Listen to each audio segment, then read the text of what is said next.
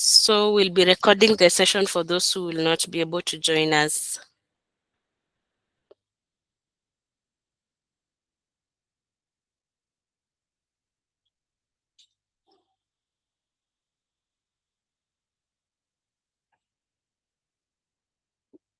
Only 2 people have voted in the poll. Perhaps you can participate so that at least we get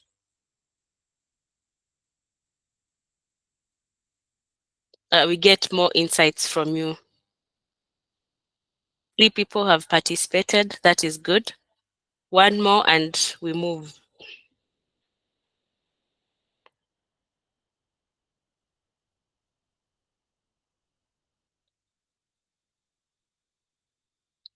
Okay, so essentially, a CV is what it's is the first thing that a recruiter comes into contact with, that tells them about you as a potential candidate. So it has to be very well written. It has to be smart. It has to be attractive. Besides the wordings that are in the CV, it has to be visually appealing as well, so that it can leave a lasting memory on the people who are going to be recruiting you. So recruiters receive many CVs per advert, averagely even let's say 50 to 100 CVs. That is for one advert. And if it's an entry level position, you find that they can even receive more than 500 CVs. So for your CV to be able to stand out, it really needs it needs you to take ample time to work on it. I've seen people have said they work on their CVs for 1 hour, and this depends on the position you're applying for and also your level in the corporate ladder. For more advanced levels, it will require more time because it needs you to fit your CV into the job being applied for. So I want you to imagine yourself as a recruiter, and like you've received more than 500 CVs. How are you going to start sieving out? Because recruitment ideally is a process of elimination. When people send their CVs, the recruiter starts to eliminate. So they start eliminating, like these ones have not applied for the job which was advertised, so that one is left out. They also remove the ones whose CVs are not they don't have the keywords for the industry, and they also remove the CVs which are not visually appealing, just so that they can come further to the number which they can work with, because of course they can't shortlist more than 500 people for interview. Yeah, so there's nothing in the chat, so I'll jump right in. I'll jump right in and begin to share with you some CVs which were written, which were well written.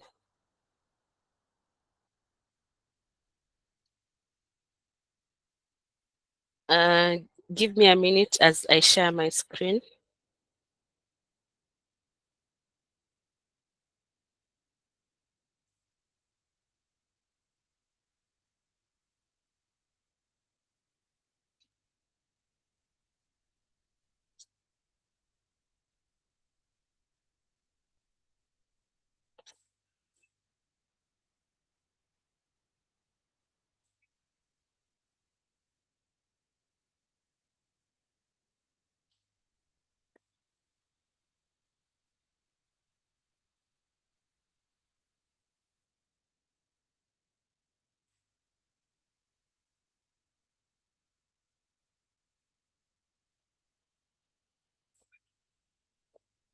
Just be patient. I'm trying to share my screen.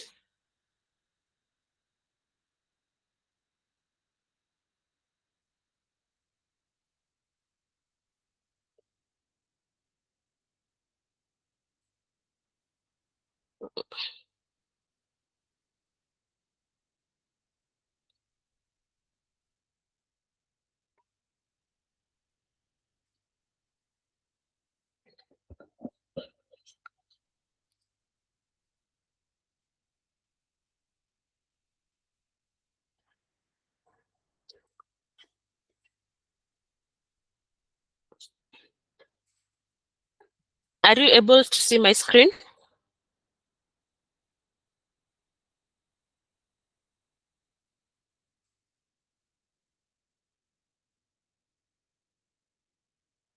Not yet.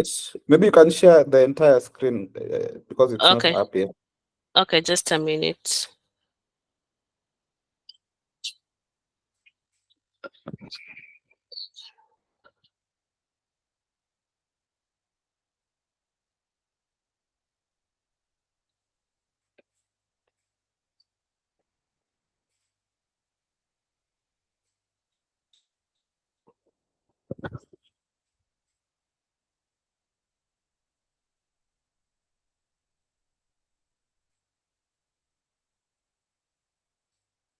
Mhm. And now? You had shared, but you stopped the sharing again. Oh, okay.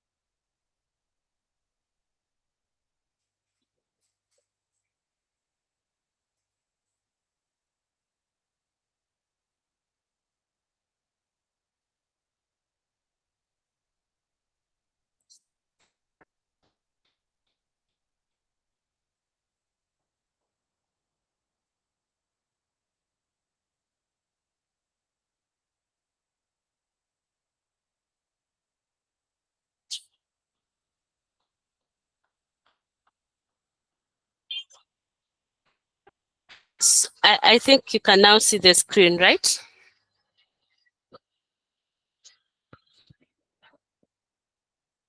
Someone confirm that you can Yes, see. yes, we can see. We Yes, can we see this. can. Okay. Yeah, so like I've changed the names so that because of data protection issues, the names and the phone numbers being used are not for people that actually exist. So for this, we are going to, like, this candidate's name is called Blessing Baraka Bless. And you can see from the outlook of the CV, it's appealing to look at. It looks like it's well formatted, it's well edited. It doesn't have spelling errors, because if it had spelling errors, they will be underlined in red. So this CV, it looks good from the outlook. Even if you scroll down, it appears that someone actually put effort to write it. And after the name, because your name is what is supposed to stand out, next you can write your title or the job you want to apply for. This one is a customer service specialist. So you can write it just down there after your name. And then uh, the first part of the CV is your contact information, your identity and your contact information. That includes your name, phone number, email, if you have a LinkedIn account, and a PO box, and any other contact information that you want to share with the recruiter to allow them to get to you easily. So when you're sharing your email, it's important to note that to ensure that your email has a link that is clickable. like this one, Blessing Baraka. If I'm impressed with their CV and I want to invite them for interview, I quickly just I just I click on the link to their email, and I'm able to send them an email immediately. Yeah, that's one important thing to note. And also your LinkedIn account, you can shorten it so that when the person wants to view your account, they just click on it, and it takes them directly to your account, as opposed to someone now leaving the shortlisting to go and start opening LinkedIn to look for you.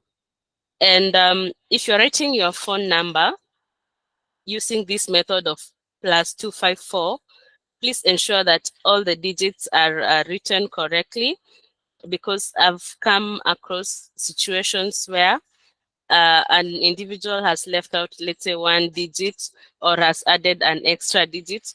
So reaching out to them becomes very difficult. Yeah, so that's the very first, the top part of the CV. It must have your contact information. This contact information shouldn't be at the bottom of the page or somewhere at the footnote. It's what should, when they want to contact you, they can get to you immediately. Then next, we have now the profile summary. We have the profile summary.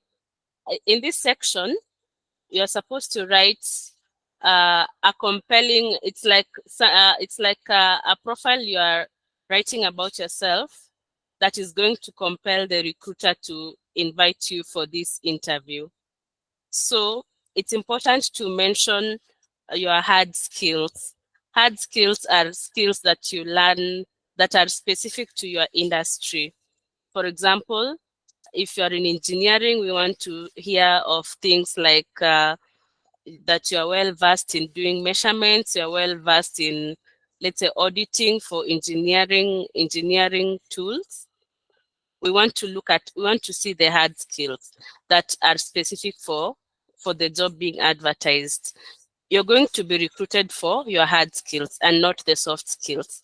The soft skills will be looked at during the interview and onwards after you've been shortlisted. But for you to be shortlisted, you have to show your hard skills. Yeah. So in this instance, the customer service specialist is able to show things like revenue growth, things like market trends and technology. Um,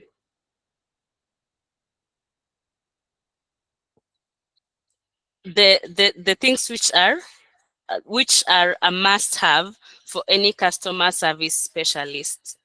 So for you to draft a good uh, profile summary, you look at the job description, the desirable skills and competencies that have been enlisted in the job description. Um, you'll be able to get what they're looking for. And if you have those skills already, you can be able to show how you've previously used them, so that they can see that this person is a good fit for our organization. Yeah. So let's take, for example, uh, a HR CV. So I'm a HR, so I know more in that area. Yeah. So if you're a HR, we expect to see things like I'm good in talent acquisition, I'm good in payroll administration, I'm good in employee relations, I'm good in industrial relations, I'm good in health and safety, as opposed to I am flexible, I am uh, a team worker, I am adaptable, because those are soft skills which everyone has, whether they're a student, whether they're in engineering, in accounting, they have those soft skills. So for you to draft a compelling professional summary, it needs to be something that is specific for your industry. And then after that section, you can write your career objective. You can write your career objective. um, yeah, you can write your career objective in that in that section, so that they can see like the value you want now to bring to the organization with your skills and competencies. Now this is your value proposition to the organization. Then following after that is the section on your skills and competencies. So we are looking at a CV for a customer in service professional, and we expect skills like customer service, conflict resolution, report writing. They're well versed in this system called Fidelio Opera system. So you'll notice some adverts they usually say if you're experienced in this system, it will be an added advantage. Let's say if you're experienced in Fidelio or SAP, maybe it's going to be an added advantage. So you can enlist it here on the part of skills and competencies. Then sales and marketing, records management, e-commerce, Microsoft Office, and CRM, ERP, and Finacle banking systems. So the recruiter in the first three sections, the recruiter has already has contact information for this person. They have their professional summary and their skills and competencies. So with these three sections only, the recruiter can make a decision to email the candidate. Yeah, if the profile is strong enough. Then next we have academic and professional qualifications. So this one, it differs. So, some candidates prefer to start with their working experience. Some prefer to start with academic and professional qualifications. So as a candidate, you need to look at the job advert and see how it has been arranged, the chronological order of the job advert. You'll find that the first part, they have the title, let's say customer service specialist, and then the profile of the company, and then the requirements of of the the person they're looking for. So if that's the case, then you can begin with your working experience. And if they begin with the education, then you can also begin with your academic experience. But because academic and professional qualifications don't take that much of a space, it's advisable to just write them there. Yeah, and then now just proceed to the working experience, because we also don't want a scenario which the recruiter starts to ask themselves, now we need someone with a bachelor's degree in business. So does this candidate have it? Let me start looking through the CV. No, we want what the recruiter wants to be at the forefront, so that you make their work easier, because they still have to sieve through other hundreds of CVs. Yeah, so this is how you can write your professional, academic and professional qualifications.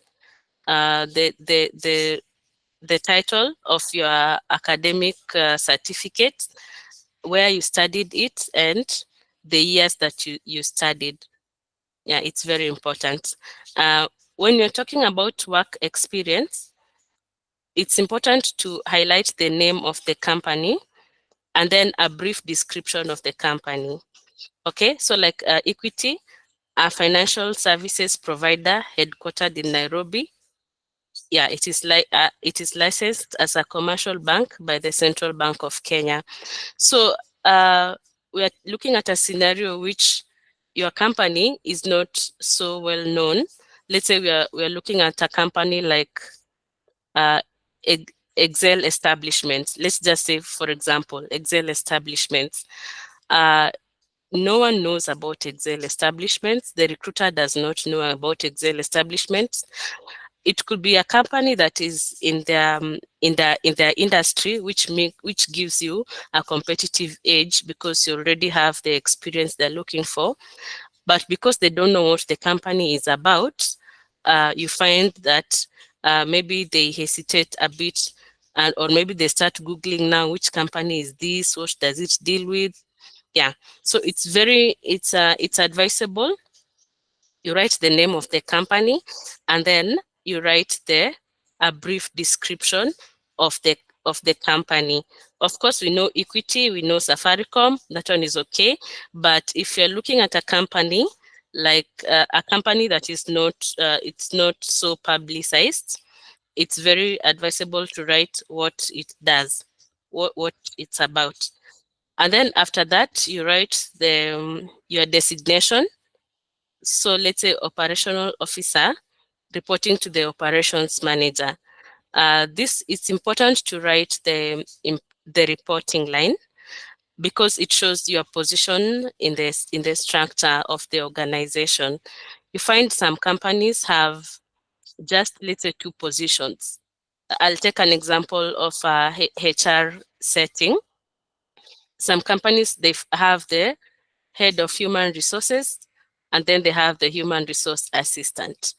But ideally, that company is a large corporation that has, let's say, 500 people. So you find this HR assistant is actually doing the work of a HR manager because the head of HR cannot be doing everything. And so by highlighting HR assistant reporting to the head of human resources, it shows that the person this person was working under was let's say in the corporate ladder in the corporate in the organization structure was a high position. So probably this person has a job title of an assistant when in the real sense they can work as a manager. So it's important to write the reporting line. It's important to write the reporting line because it serves as it shows like the scope of your work, the scope of the work that you did in that company. And then the duration. Um, some candidates just write 2021 to 2022.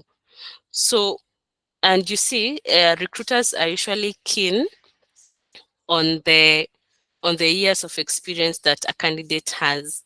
So if you write 2021 to 2022, it's not clear if it's 2021 January to 2022 February, or is it 2021 December to 2022 January, because those are different durations. So just make it clear, make it easy for the recruiter, put the month, put the months of the of the of how you worked in that company, and then the responsibilities. This one, it has it has sometimes when you're looking for mid-level positions or entry-level positions, you can just list your responsibilities as you were doing them at the workplace. But if it's if you're applying for a top management position, it's important to write the key responsibilities and then to unpack. I'll show you another CV where you've written the key responsibility and then you start to unpack it. For example, if it's talent acquisition, you write the main responsibility, talent acquisition, then you begin to unpack. Is it pre-screening candidates? Is it shortlisting? Is it final interviews, reference checking? Yes, because you need to show that you understand the whole subject of talent acquisition holistically. That's if you're applying for higher roles. Then you move to the next one. Let's say if it's now health and safety, you can write health and safety audits, workplace registration, procurement of personal protection equipment, so that it shows this person who wants to come on board as a manager does not just have scanty knowledge of health and safety, but they have the whole holistic knowledge. It's important to note that, yeah, for every position you're applying for, you check, is it a mid-level or entry, or is it a management or senior level, so that you can tailor your CV like that. And then you can have achievements at the end of each section. This is especially if you want if let's say you have looked at the job advert and you are sure like this, I am a good fit for this organization, as opposed to writing the achievements at the bottom of the CV. You can bring it right under the the company where you worked. So you can list your achievements here. You can give exact figures so that you can show like your competitive edge in that particular industry, or your contribution in that industry. So yeah, the working experience, it has to be listed in chronological order, which means the most recent. It has to be listed as the beginning from the most recent, as you go down to the period where you started working. So I've seen some instances where candidates have begun with their internship experience at the top, and as a recruiter I find it boring because I have to look at their internship then next as the career builds up. But I want to just get like, if is this person fit for this organization? Yes. What are the reasons they are a good fit? One, they are working in the same industry as ours, or maybe I can see your roles, the roles that you've actually done at the places where you've worked, as opposed to me starting to scroll through the CV to see there like your career progression. We don't have the luxury of time as recruiters. So next you go to the other place you worked. Let's say the Concord Hotel and Suites, a leading five-star hotel based in Parklands, Nairobi. So you see, if this candidate hadn't told us that this is a five-star hotel, I would have thought this candidate was probably working in a kibanda somewhere. And so if someone tells me they're a front office intern in a kibanda, and another person tells me they're a front office intern at a five-star hotel, I'll know that the two have different working experiences, which is why we emphasize on giving a brief description of the company. Yeah, so that's it for the working experience. And then for those who are fresh from school, you can include there your interests and hobbies after the working experience, and it's advisable that they're aligned to your career goals. Yeah, so let's say if this was if she had decided to write her interests and hobbies, then I would expect something like resolving conflicts, or maybe dispute resolution, uh, handling guests, maybe at a function. Yeah, because now her job is dealing with customer service. If you have questions, you can put in the chat before we move to the next CV. Then the last part is the referees. Yeah, so for the referees, this one's, first of all, they need to be people that you have worked with or people that have supervised you. So the company will ask you to provide a list of referees, yeah, from places you've worked or from people who have supervised you. Some candidates put their parents and friends as referees, and because this is a professional job you're looking for, they may not be able to give the reference that the recruiter is looking for. So to make the recruiter's work easy enough, just write the places you have worked and the people you have worked under or you have worked with your colleagues, let's say, for example. So in this example, we have taken like Shukrani, Gratitude Shukrani, Human Resource Manager at Equity. This is a good reference because this person has worked at Equity. And the email it's advisable that you write their personal email, because we may not be sure how long Shukrani is going to be at Equity. For example, if they resign today and they go to a different company, and as a recruiter I send a reference to that email, I'm going to miss them. Yeah, so it's advisable to write their personal email, to write their personal contact. Avoid the office contact, because let's say when you call that number you get a different person, and now maybe this person is on leave, they're not able to give a reference for you. It starts uh, getting the back and forth. So to make things easier, just write their their personal details, and make sure to inform them that they're your referees. Make sure to inform them the places where you have applied, so that they're not caught off guard, and so that they know you very well, and they can give a reference that can be a winning reference for you. So there's a disclaimer that these days candidates don't want to put referees on their CV, because some let's say some references, they age out with time. Let's say you had put your lecturer as a referee, and now it's 5 years down the line. So the person who comes into contact with your CV may be getting your CV which you prepared 5 years ago, and the reference is no longer valid. So some candidates sometimes prefer to leave it without referees. Yeah, so when the recruiter asks you for referees, you can provide referees. Or if you're very sure that these are people you want to have as your referees, then you can write their references down there at the bottom. Do we have questions? Or did I speak quickly? Wait. Uh,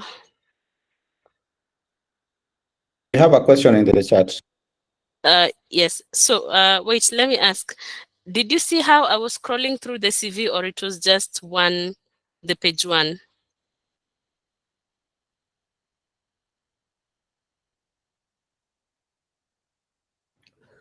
I think we saw the entire page. Okay, thank you. Thank you for that. So, Anne Wairimu is asking, how about complimentary certificates and from the company e-learning? Yes, we have a section. I'll show you another CV. This particular candidate didn't have those e-learnings, like let's say the ones you're learning from Disaster Ready, they didn't have.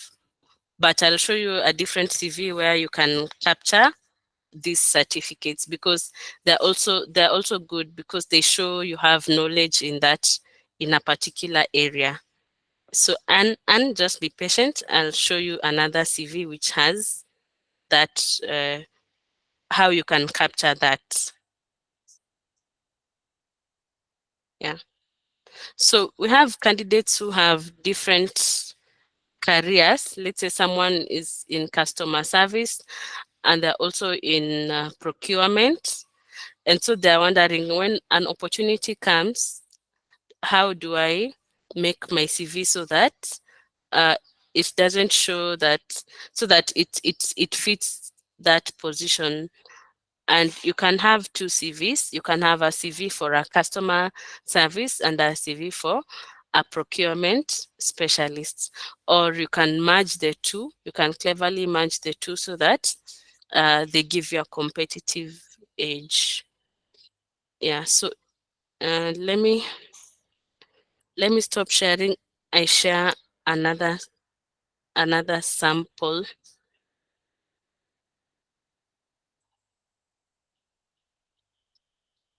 Mm.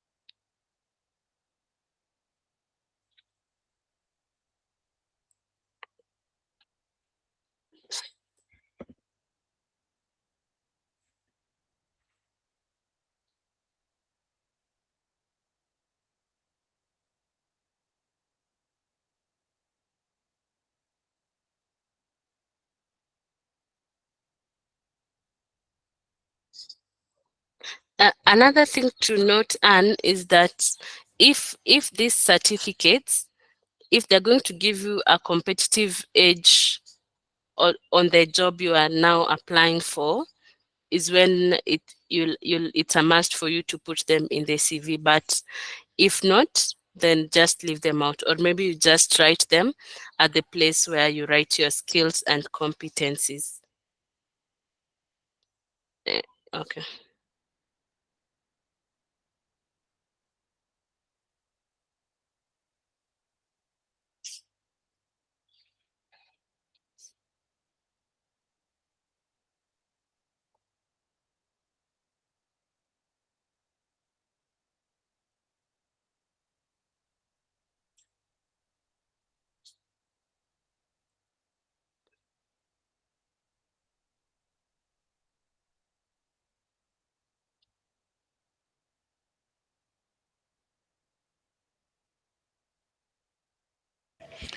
As Beverly shares the screen, maybe you can ask any question that you may have in the chat, or you can also just unmute and ask your question. Feel free.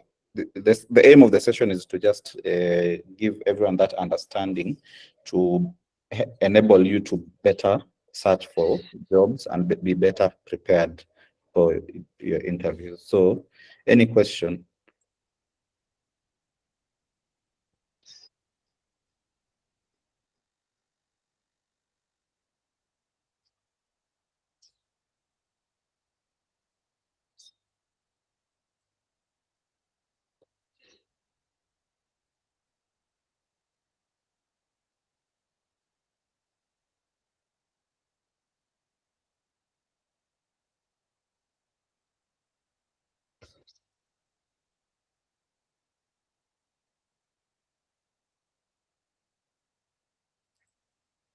Uh,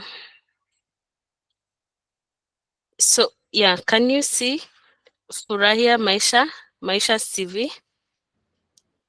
Yes, we can see. Okay.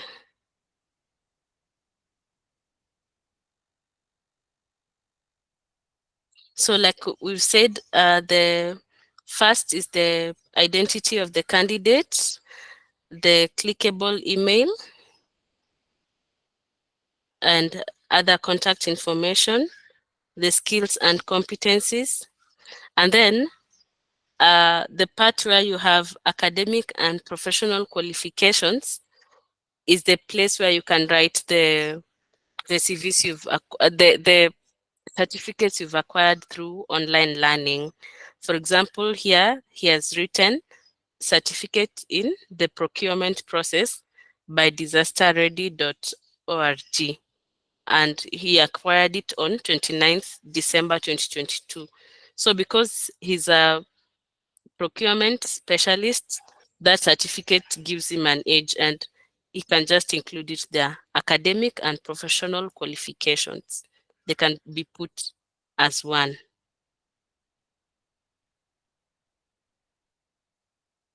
Anne, have I answered your question?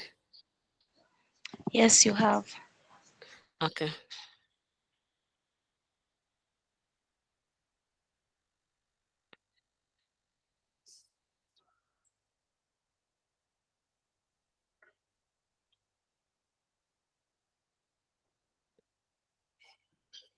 Meanwhile, you can put your questions in the chat. Mutana, you had hinted that you have a good number of questions. So I'm expecting to see those questions in the chat.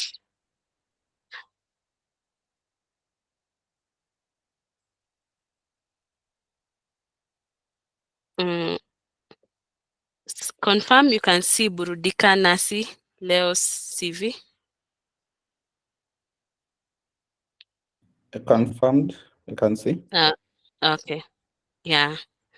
So the first part, like we said, the contact information.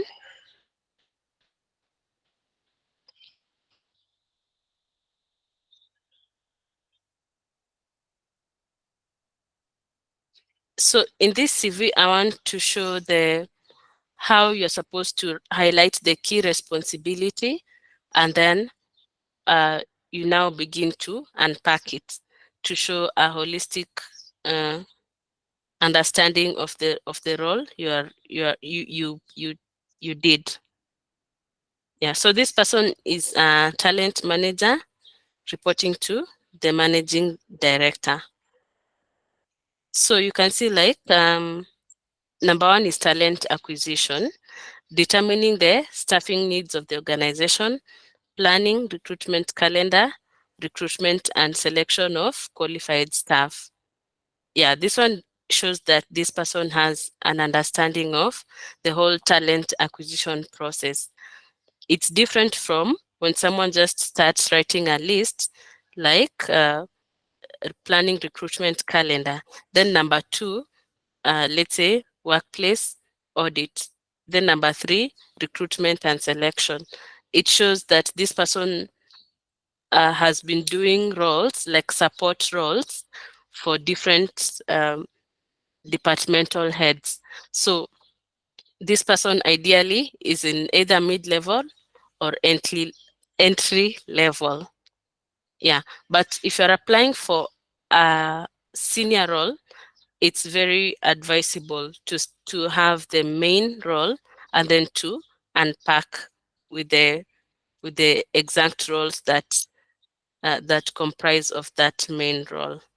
Yeah, so like this contracting and contract review, designing contract templates and contract sign off for all staff, policy formulation, review and implementation, determining the required policies, formulating them. Yeah, organizational design.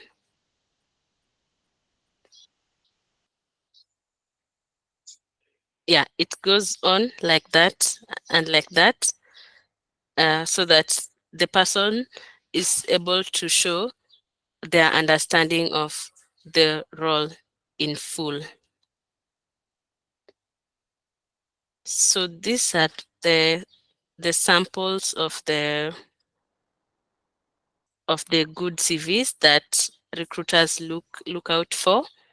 I'm aware we have CVs online. We have CV templates online, and sometimes they're good to use.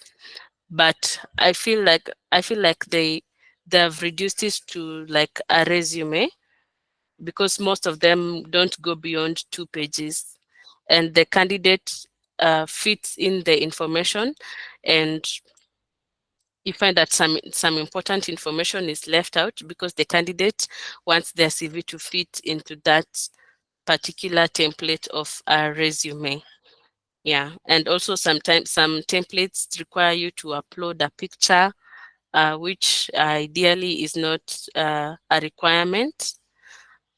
So it's important to just keep it simple, and attractive, so that it doesn't the recruiter has an easy time uh, vetting your CV. So for hobbies and personal interests, this one we said it's something that needs to be aligned to your career. This person, for example, is a human resource specialist. You can see their hobbies are data mining and analysis, yeah, forming meaningful relationships, labor laws interpretation and discussion, conducting team building. Yeah, so there are hobbies that are also contributing to their profile that they want to be recruited for. Uh, do we have a question? We've reached the point for asking questions, because basically we've covered what good CVs look like. Yeah. So next questions. So Lois is saying I can't see the presentation. Is it only me? I'm okay now, Beverly. Okay, Thank thank you. you. Thank you. Yeah. So who in the chat wants us to look at their CV?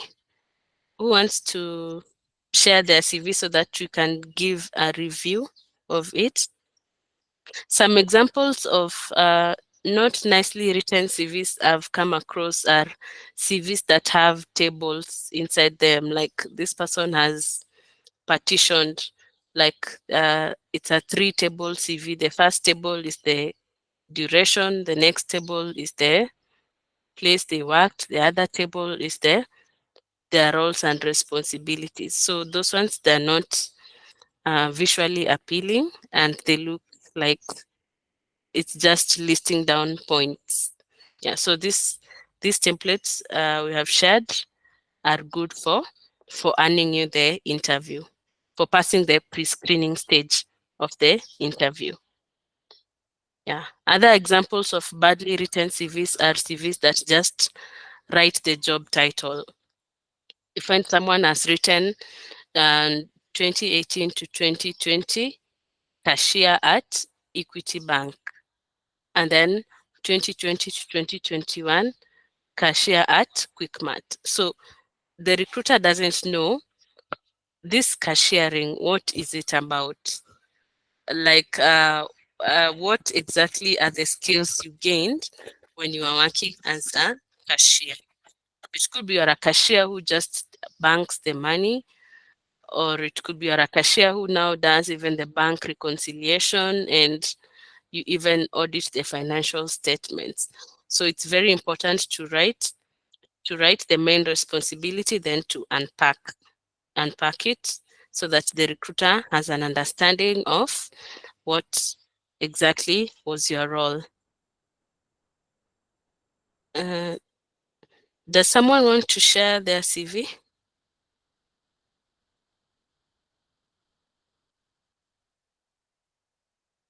Any question?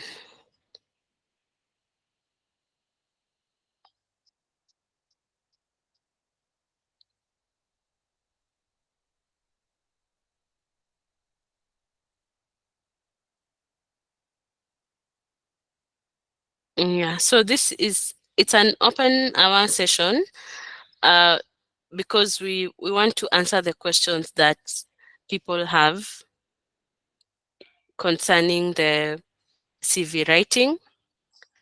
Yeah, so that everyone is equipped to make their own CVs, as opposed to just an informative session. Yeah, so that's why we are encouraging more and more questions.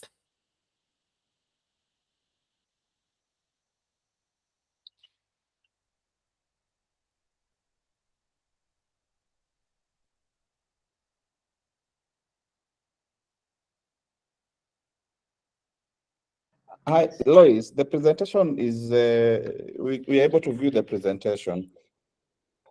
I think it's on your end. The challenge may be on your end. Yes, and then Lois, not to worry, we are going to share this presentation afterwards, because we are recording it, and we can be able to share it afterwards.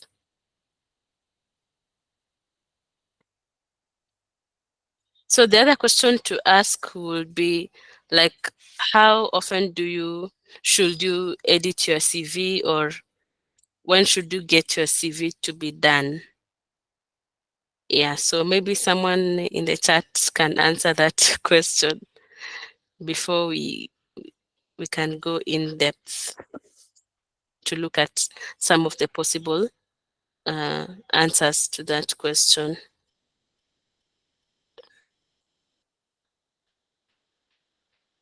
There's a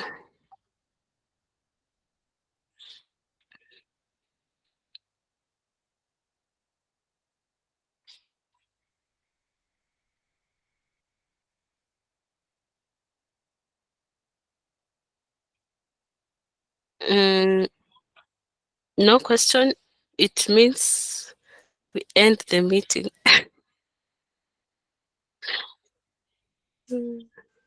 Beverly, can we ask anything to do with the interviews? Uh, yes, so the session today was to focus on the CV, but now that you don't have any question, you can ask your question. And then if anyone has anything else to add about the CVs, we'll just pick it up as we continue. So Anne, you can ask your question. I wanted to ask, if you go to an interview and then you're asked, where do you see yourself in this company for the next 5 years? What are you supposed to answer? Mm, so I would throw the question back at you, because ideally it's you who understands your career aspirations. But as a guideline, you're supposed to show, whatever you answer, you're supposed to show enthusiasm for that particular position and for that particular company, because this recruiter wants to see if you're going to be someone that they will retain for a while.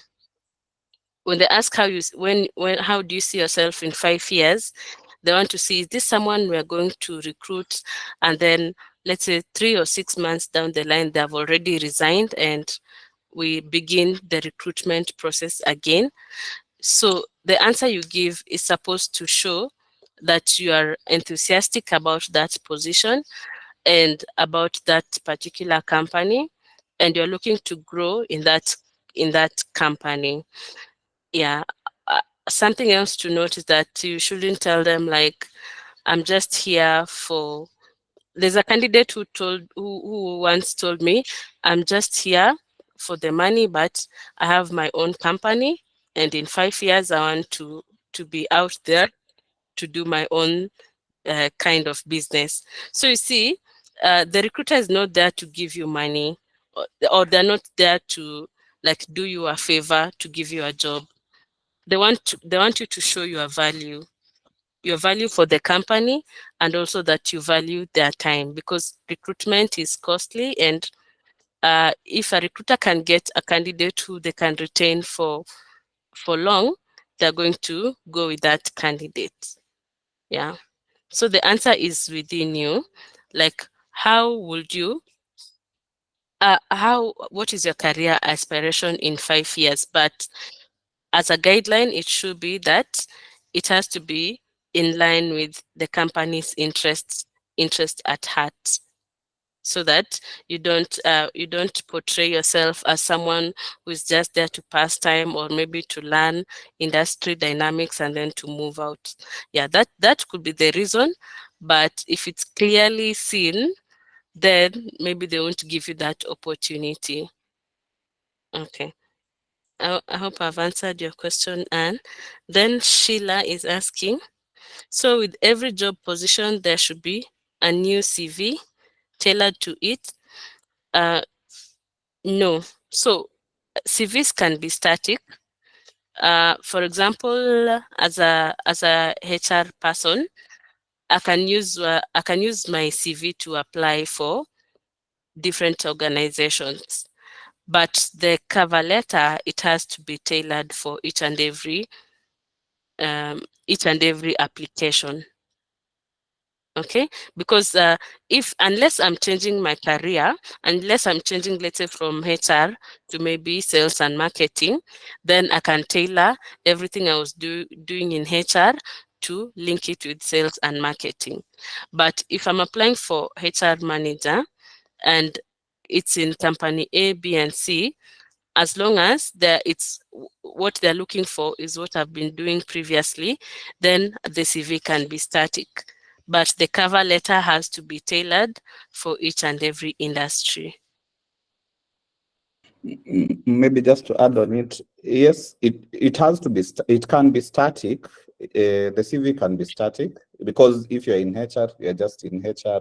So if you create a very good CV that touches on all areas that you are looking for, if the key skills are okay, then the CV will remain the same.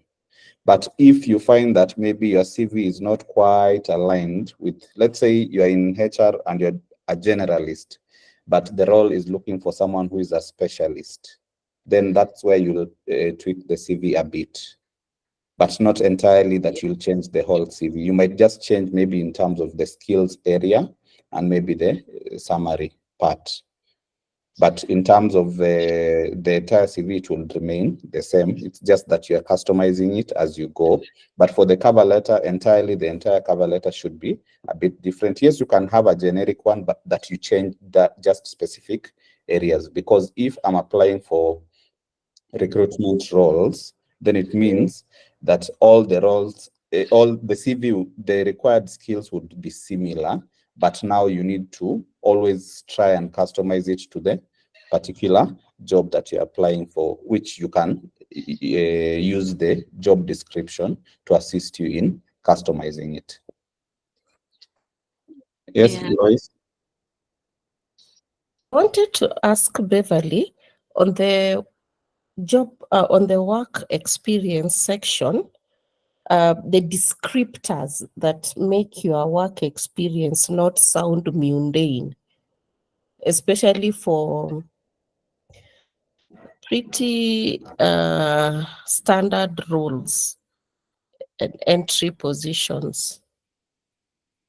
Mm, sorry, kindly repeat the question.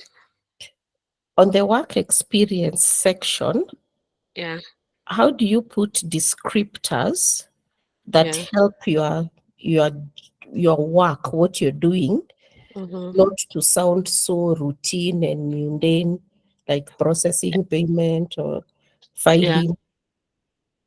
So the the job description in the job advertisement should be able to guide, because they're going to like write the keywords.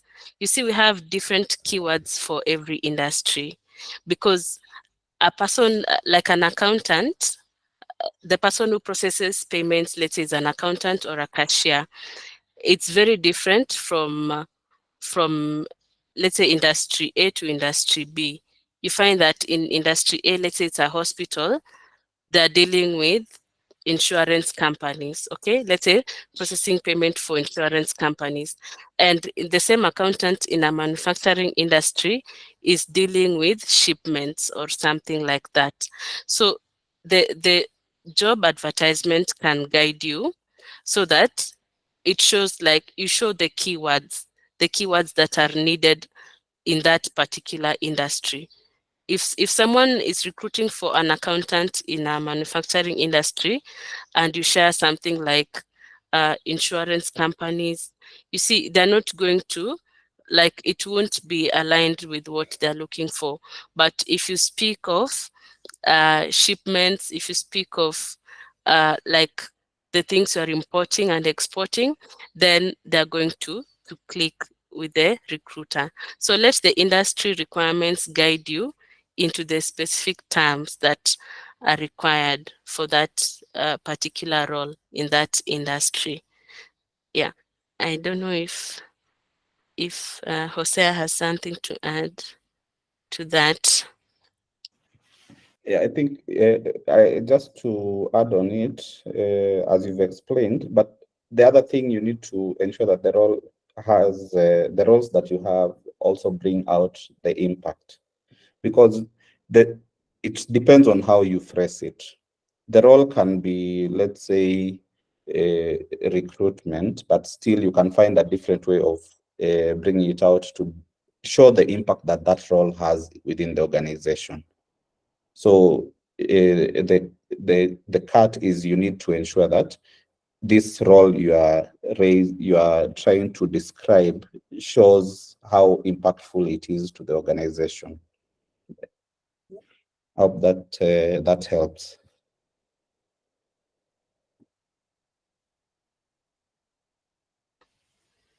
Lois, does that help? Yeah, thank you. Okay. So I'm going to share with you the link to our WhatsApp group. We have a WhatsApp group where we share updates on upcoming trainings, and also sometimes we share job adverts. Yeah, as we wait for more questions.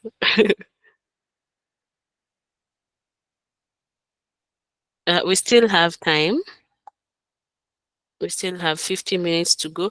If you want your CV to be reviewed here on during the meeting, you can share your screen, and if you want us to look at it, then you can share with us also.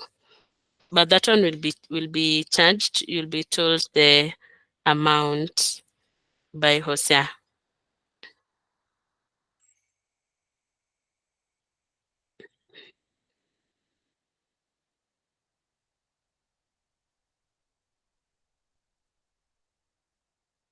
I'm sharing with you the link to our WhatsApp group. Maybe just to also just share something. When you are making job applications, that normally I encourage people to look at it in two ways. Of course, I believe we've heard of the ATS. So we have the ATS and we have the other normal way of job applications, which is maybe via email. And of course, we have hand delivered, which I don't think nowadays is quite there. So I want to just share my screen and see if I can share with you the two options, because at the end of the day, the aim is to get that interview. And a way that I've realized also helps is if you have two CVs that would be able to get you into the door. Yeah. So just sharing shortly.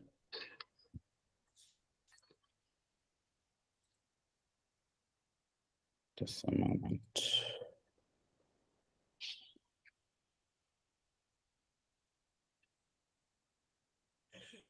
Just a moment, I'm sharing shortly.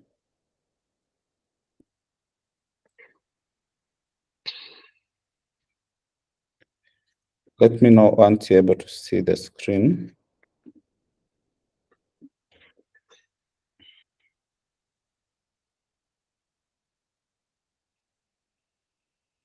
Are you able to see the screen? Yes, we're able to see the screen, but we can see different windows. Okay. So just allow me to use this. So this would be our ATS CV. That it's just brief. It's basically readable by the ATS system. Have you ever come across applications that you're told, please upload your CV here? In most cases, you'll find NGOs and also banks. They ask you to upload a CV and then it populates the different fields for you. So in most cases, that is an ATS. So when you come across such an application, you're able to be able to determine that I'm going to use a particular CV. So this one would be the ATS CV, where which will make it easy for the system to read. So the ATS is a system that is used to basically it assists recruiters to shortlist, so that it just looks at the keywords, and if it's able to read through your CV and it's able to you're able to go through the system, then it gets to the recruiter's side. But if, let's say, you're just told send your CV to this email, yes, we have still some organizations that have an ATS after you've sent through the email, but there are very few that have that kind of technology. So if you are being asked send directly to my email, it means this is going to be a human being who is going to read that particular CV, and that is the recruiter. So it means there's no initial stage that you're going through before you get to the recruiter. So I would advise you can also use this format, which as people, as human beings, we find color appealing. So if you can come up, if you can maybe have such that you use to send directly to when you ask for an email, or the other one when you ask just for you to upload and you realize that it's an ATS. So that will also increase your chances, because if you are sending directly to someone, if they come across the colored one, of course they would be interested in getting to know you more, or having even a second look at it. But if it is just you are asked just to upload the CV, then you use the ATS one. Let me see if I have an example. If I have an example of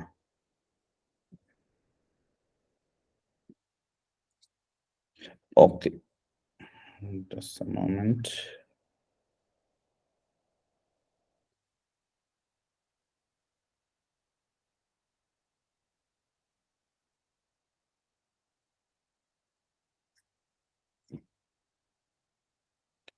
Yeah, here it is. I've found one. So in most cases, you'll find that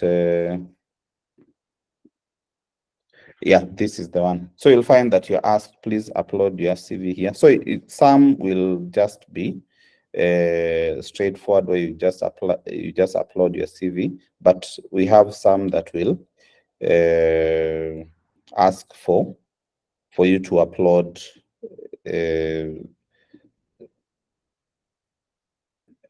so like this one, you could figure out that it's an ATS, but we have some that when you upload, it populates these fields from the CV that you've shared. So that is how you determine whether there is an ATS behind or it's just direct. So this one might as well be direct, or you can also find an ATS behind it. So depending on what role you're having, you can have one that is specific directly to the recruiter through email, and the other that is just through the ATS that they've provided. And then from there is when it can get to the recruiter. I hope that helps. Back to you, Beverly. Yes, that was helpful. Thank you for that. So from ATS compliant CVs, I would strongly advise you to seek the services of someone who is a professional CV writer. Yeah, so that like you don't take chances to do it on your own, and then you find that it's not ATS compliant. Right. Then on the chat, Nancy is saying that you sent me something on WhatsApp, but unfortunately, I've not been on WhatsApp for 2 days now. So I don't know if it's something you can share here, Nancy. I have a technical problem. I've not been on WhatsApp for 2 days now. So I may have missed it.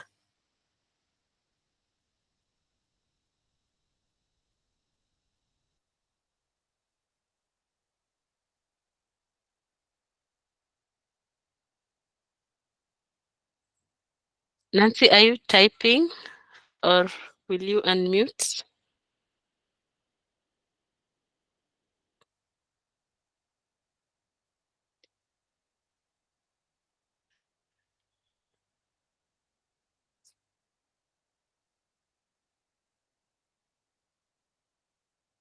Oh, okay. So, Jose, Nancy is sharing with you, and then maybe you can now share it with us.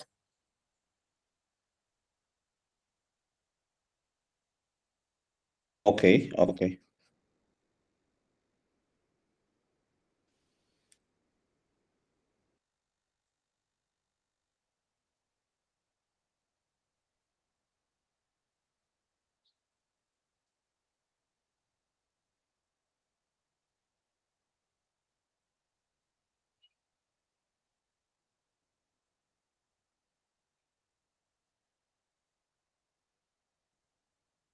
Have the questions. So Yeah. we've touched on the referees. So, but still, just to touch on them a bit more. For the referees, ensure that you have someone that is reliable and someone that can vouch for you. If you are going to list someone as a referee, they should also be aware that you are listing them as the referee, because sometimes you call the referees and you find that they're not even aware that they were listed as referees, and you find like the referee is asking you, who is that, who gave you my number, or such things. So because of also data protection, you need to make them aware so that the organization trying to contact them is not in any problems because you didn't inform them that they've been listed as your referees. And they should be able to basically they should be able to basically show or prove that whatever is on your CV, probably if you worked in company X, is actually true, and they should be able to vouch for your qualifications and experience. Then also there's something to do with active contacts. So also for the referees, ensure that the contacts are correct. But in most organizations, most good organizations would ask you to just confirm the contacts of these referees. Also on your contacts, email and phone number, ensure that it's the right contact. I've had a case where I've called a candidate and the number they provided, it's the mothers. So when you call the mother, they were a bit aged. So you call the number, they answer and they're speaking in vernacular. And you're wondering, okay, how you are trying to talk to them and they don't seem to understand what they're saying, what you're saying. Or you even call someone who still speaks the same language, but they're not sure what you're talking about. When you say your daughter has been given an opportunity, can you ask them to call me back? You find that they never call back, or they never send that portray that information. Then there's another one here. Those sharing profiles, e.g. designers, should also ensure that if sharing through a link like Google Drive or Drive account, should be registered under them. Otherwise, the recruiters feel like they sent us something else, someone else's profile. Yeah, that is very true. So we have certain professions like designers, web developers. Like for web developers, there's GitHub, which is a website where you post your codes. So you need to own that account, and it should, because in most cases, if the recruiter asks you for, let's say, a link to your work, and let's say you are a graphic designer, the account that you're sending, of course, you can't send the entire catalog of what you've done. You can just send a link that takes them to that page. The other thing you can do, nowadays it's easy to create websites. We have very many options to create websites. If you're a graphic designer, you can go to, I think there's Wix, there's WordPress, there's Joomla. You can create your own website there, and then you send them that link so that it's easier for you to just share what you do. And I think that one will address the whole thing. So if you're sharing on Google Drive, ensure that it is secure, so that if they ask you for the link, you share with them the link, then they will request for you to send, to maybe give them authority. So if you're sending a Google Drive link, you normally add an email, the email address that will access that particular document, and you just give them viewing rights, and not don't make it possible for them to edit or download. So because some professions, like let's say software developers, if you send a code to maybe an organization, you might find that if you've given them the entire code, if you find someone unscrupulous, they can pick the code and use it, and in the end you still don't get the job. So you need to be very careful when you're sending this information. I think that covers the areas that Nancy had mentioned. Yeah, thank you, Hosea, for that. And Sheila is asking a question in the chat. Can your referee be someone who worked at the organization previously but left? I think Yes. Yes, your referee can be someone who worked at your organization but left. that is very much okay. But you need to also indicate that they were a former person that worked at that organization. So you can say formerly at this organization. Sheila, does that answer your question?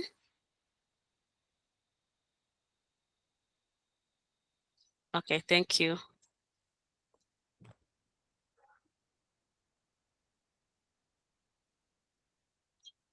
Yeah.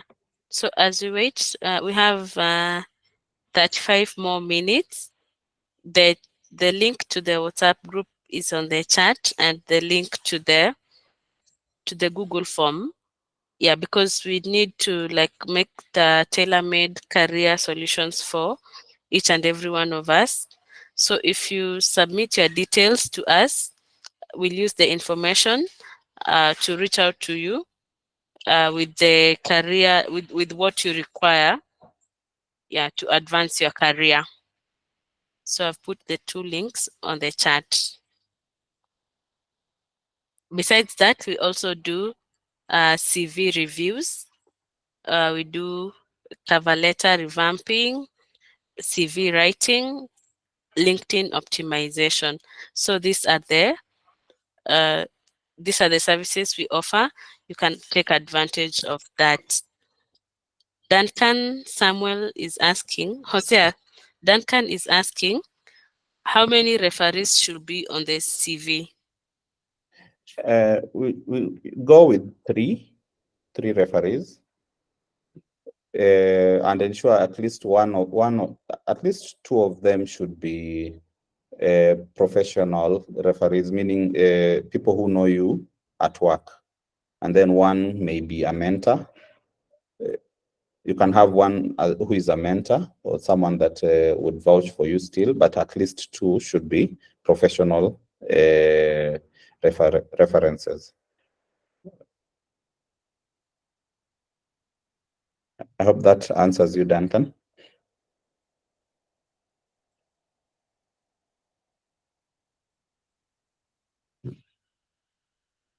So Sheila is, Duncan says that his question has been answered.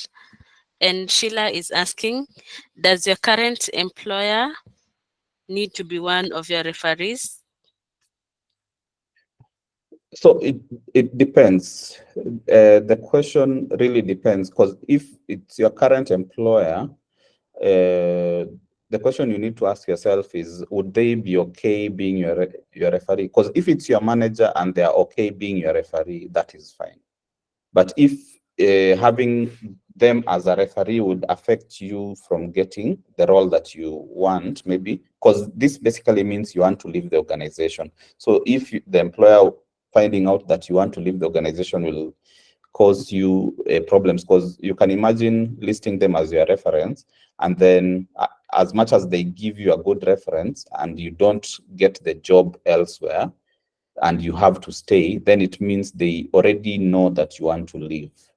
So it might have create issues between you and the employer. So you need to be careful on whether you want to or not. But we have employers that don't really mind it. They can give you a reference because they also want you to grow. Because if you've been in an organization, let's say for 3-4 years, and an opportunity comes, a good employer would not victimize you for wanting to leave. They would actually support you to be able to find something better to do. So that one, I'll leave it to you in terms of weighing who should be on your referees list, so that you can make an informed judgment, because you know your boss and you know the organization. So if it might cost you the job that you want, then you'd rather look for another way of or have someone different as your referee from a previous organization. But if it will help you get, it will even help you give you a better chance to get that role, then you can list them.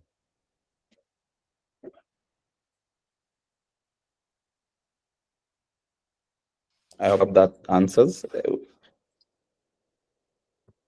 Any more questions? Feel free to ask, as the time is also running out. So feel free to ask any other question. If you don't have any question on the CV, you can still ask any other question on career.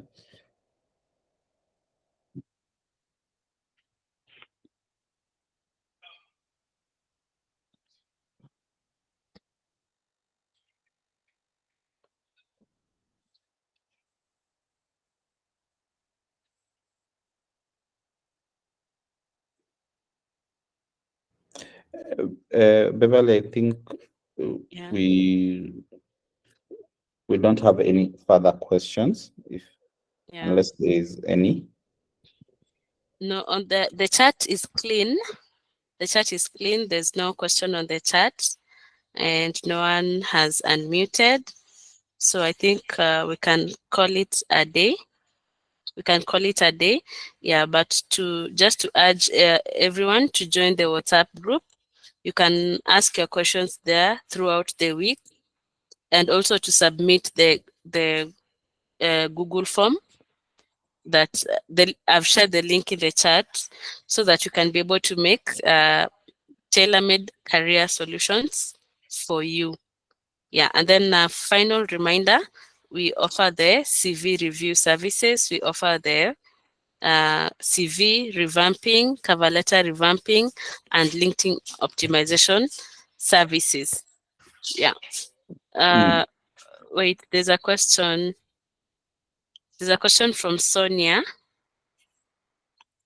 Sonia is asking, what are things that make one stand out during interviews? Okay, allow me to tackle that one. So for when it comes to interviews, I would say it's a combination of very many things that will help you stand out. From the dress code, from how you're dressed, you should be dressed in a way that, because at the end of the day, your aim is to ensure that you are memorable, that the interviewer is able to remember that particular candidate that came for this particular interview. So from the dress code, from how you conduct yourself, your attitude, you might never know whether how you behave as you enter the premises is also part of the interview. So how you conduct yourself, how you treat the security guard, the receptionist, would also matter. But when you get into the interview room, also how you answer the questions. Basically, what they'll be looking for is, one, do you understand the role? And are you a good fit for the organization? So if you're able to show that you understand the role and you're a good fit for the organization, and from your experience you've been able to achieve certain milestones in your career that may be related to the role that you're applying for, and just basically I don't know whether the best word to use would be to wow the interviewer, but just be your authentic self, and your authentic self should basically be what the organization needs, because the organization is looking to solve a problem. And if you coming into the organization will be able to solve that problem, then definitely you'll be able to stand out. Things like ensuring that you ask a question. When you're asked, please ask us one or two questions. You find that some go to how much is the package? Will I get a promotion? That's not the best way to approach it. The best way would be to look at the organization. Having done your research, you can even ask them what are the areas, why are they recruiting for this particular role? What problem are they trying to solve by? So that whoever gets this position is able to be aware of this particular problem that this organization is trying to solve by recruiting for that position. So it's a combination of very many things, but at the end of it, you need to be the right person to show that you're the right person. Basically, you're showing them that it would be a mistake for them not to give you this opportunity. And by that, you need to ensure that you have actually portrayed that you understand the organization and you understand the role and you're able to deliver even beyond what they're asking of you. I hope that answers. Sonia? Yeah, thank you. Okay. Then we have Sarah. What's the difference between a CV and a resume? So a CV, there are various differences, but I'll just touch on a few. So the CV is definitely detailed. So detailed about the job, the duties, the achievements and everything. But the resume is majorly a brief. Sorry about that.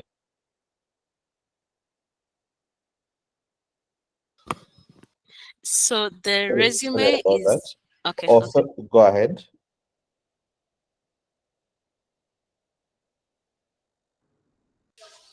Hosea, are you speaking? It's okay. Let me continue. So for the resume, it will be brief. It is brief, and in most cases, resumes are basically used at a certain level, maybe CEOs, management level, but you can still have one that is brief, that just basically summarizes what you have done and just captures what is needed. But the CV is detailed to give an overview, all-round view of what you do. But for you can have a one-page resume or a two-page resume, but for a CV, you can have as much as three pages, a maximum of three. If you find your CV is going above three, know that there's something wrong with the CV. So you need to find a way of fine-tuning it and having it in that way. But we have various other differences. Back to you, Beverly.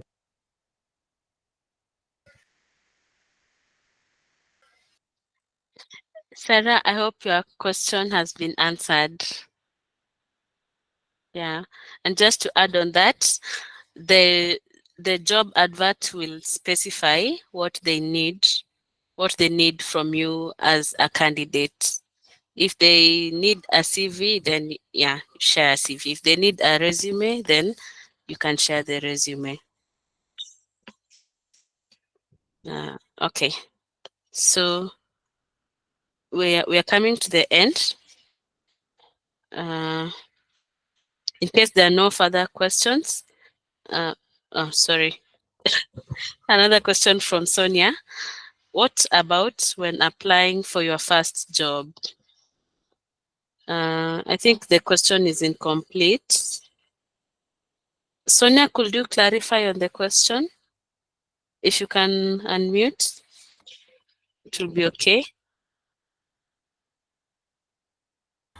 Okay, so I was asking, what if it's your first job, like you are like from the university and then you're going to like apply, but obviously when you're going to apply, you're going to find people who have like, they have like experience 2 years, you are just fresh from uni.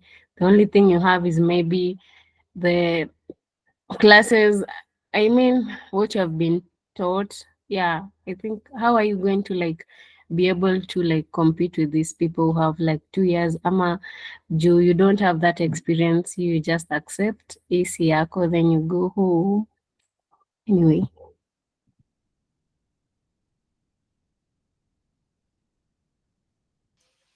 So let me try to answer that, and Hosea will flesh it up if there's something I'll have missed. So there's an opportunity for everyone in the employment market, because each organization has requirements for staffing at each level.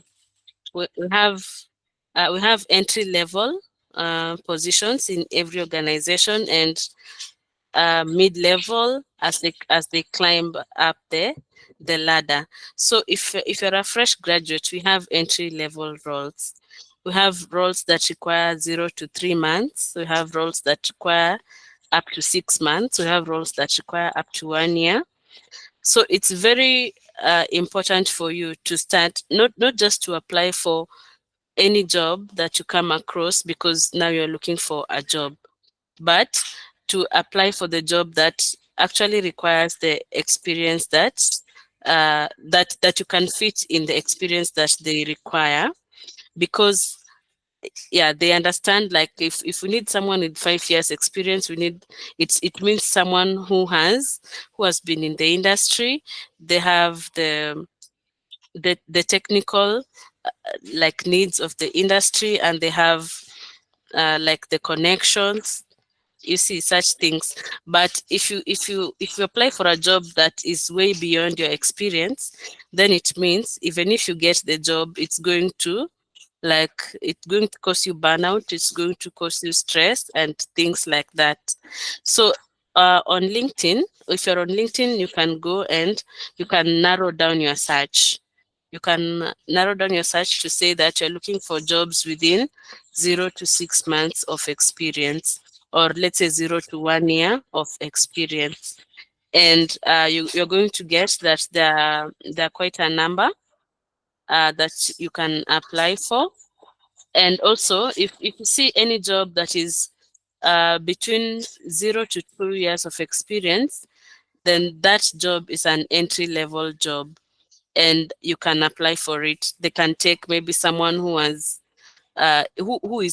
practically between 0 to 2 years of experience. So you need not, there's something for you, there's something for everyone in the employment market. Everyone has a place to fit in. There's a place that requires you with that particular experience that you have. If it is 3 months, there's a job that needs someone with exactly 3 months. Yeah, so just be on the lookout on LinkedIn. Don't apply for jobs which are way beyond your experience, because it's highly unlikely you'll get the job. And even if you get it, then it's going to be a task for you to execute it. Yeah. So just don't give up. There's a job that needs the exact you as a person. Yeah. And it's there on LinkedIn. The search can be narrowed down. If you narrow down the search, you are going to get quite a very good number of the job that you can be the exact fit that they are looking for. Hosea? I think that's well stated. Basically, the other thing I would say is knowledge. Knowledge would set you apart. As much as you might not know, you might be a graduate and you don't have any experience, but what will help you is now your knowledge. So as a graduate, take that opportunity that you have a bit of time on your hands, learn as much as you can. We have LinkedIn Learning, we have Udemy, we have Coursera, that Google Skills for Africa, that have free courses that you could do. So learn as much as you can on the role you want. So if I want to be a HR assistant and I've graduated, what does a HR assistant have to do, or what what skills do I need to have? So if it's recruitment, learn everything you need to know about recruitment. Then once you're done with learning things that a HR assistant should be able to do, you can now move to the top. Even if you've not gotten the job yet, you can move to the next level, which is maybe HR officer. Then HR officer, what should they do? What's the difference between HR officer and maybe a HR assistant? You learn as much as you can within that area, so that when the job comes, you're ready for the job. So that even if you're getting into the job, you're not going to struggle. And what will give you an edge is, okay, this person doesn't have a job yet, but they understand recruitment so much. It means it would be easy to onboard you into the organization, because you don't have a steep learning curve where we are recruiting you and we're starting to train you on what you should be doing. You already have an idea of what you should be doing. So it's just having the hands-on knowledge and experience to implement what you've learned. So what I normally say is, be ready for the opportunity that you are looking for. Be ready for the opportunity that you're looking for, so that you don't get the job and then you start learning at that point. No, you learn before even you get that job. That's what I would say. So take opportunity for learn as much as you can, and that will give you an edge. And also, if you can get someone to mentor you, to prepare you, or if you can volunteer, as much as you don't have the job yet, you can still volunteer in the area that you would want. In most cases, that is how most people land a job. So let's say you've gone somewhere, you're volunteering, and let's say someone leaves the organization, and you're there and you're doing a good job, definitely they would consider you, and you have the qualifications. Or someone goes on a maternity leave and you're in that department, you're able to get that role and work on it until they come back. And if you are still good, and as much as they come back, they'll find a place for where to place you, because you are a talent that they wouldn't want to lose. So think of it that way. But the main thing is, don't, they normally say earn your stripes. So as much as you may see someone at a certain level that, okay, this person is already at this level and I'm not, no, you take time. Everyone has their time. So take time. If you don't have that job, take time and prepare for it, so that when it comes, you are ready for the role. So worrying does not assist, will not assist you. What will assist you is trying to do things that will get you closer to your goal. So if you're worried that you don't have a job, that will not get you closer to the job. The fact that you don't have a job, you do the things that you need to do to get closer to getting a job. So that would be my thought on that. Yeah, thank you, Jose.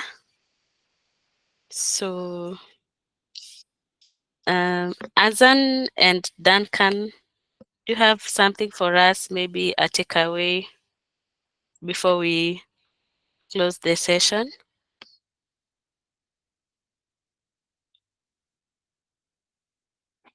Azan and Duncan and anyone else in the chat, any takeaway as we wind down the session?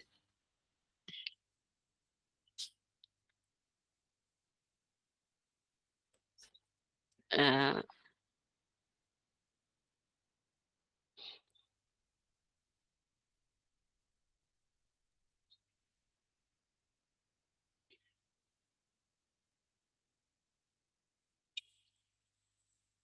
yeah, so there are no more questions in the chat. I look forward to seeing you next week. Yeah, you can, once you join the WhatsApp group, you can suggest the topics you'd like us to cover next week.